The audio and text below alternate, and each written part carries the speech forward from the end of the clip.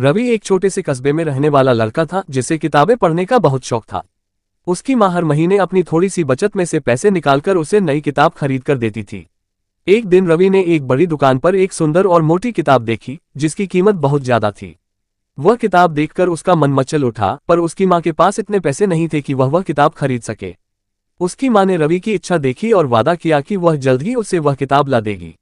इसके बाद माँ ने अपने खर्चों में और भी कटौती कर दी, यहाँ तक कि वह खुद की छोटी छोटी इच्छाओं को भी त्यागने लगी।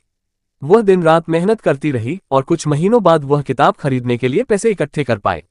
जब माँ ने किताब लाकर रवि को दी तो उसकी खुशी का ठिकाना नहीं रहा। उसने तुरंत किताब पढ़ना शुरू किया। लेकिन एक रात जब रवि अपनी किताब में खोया हुआ था, उसने माँ को खांसते हुए देखा। माँ के चेहरे पर थकान की गहरी लकीरें थीं और उसकी आंखों में कमजोरी झलक रही थी। रवि को अचानक एहसास हुआ कि उस किताब के लिए उसकी माँ ने कितने त्याग किए हैं।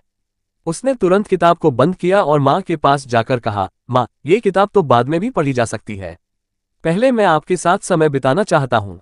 उस रात रवि ने अपनी माँ का हाथ थाम लिया और दोनों ने मिलकर बहुत सी बातें की। माँ का प्यार और त्याग रवि के दिल में हमेशा के लिए बस गया और उसने समझ लिया कि उसकी माँ ही उसकी सबसे अनमोल किताब है। कहानी की सीख: माता पिता के त्याग और प्यार का मूल्य किसी भी चीज से बढ़कर है। हमें उनकी छोटी छोटी कुर्बानियों को पहचानना और उनका आदर करना चाहिए।